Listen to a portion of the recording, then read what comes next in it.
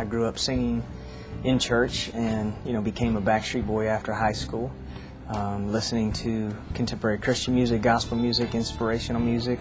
All of that is a part of who I am as a person. At the height of your career, you almost lost your life. I was born with a congenital heart defect, which is a heart murmur. At the age of 5, I had a 0% chance of living because I had a staph infection that had consumed my entire bloodstream. I was in the hospital for 2 months. My early 20s with traveling with the Backstreet Boys, the stress of my life, traveling, not eating right, not taking care of myself physically and emotionally. There's a lot of things that, happens in the entertainment world that was very, very stressful at that time in my life. I'll never forget Dr. Thomas Carson in Orlando's, sitting me down with my family saying, you might want to think about having surgery.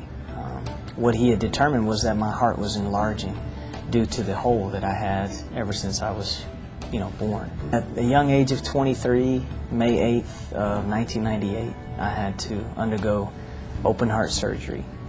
It was considered like an exploratory open heart surgery because they wanted to go in and sew my heart murmur up with my own tissue.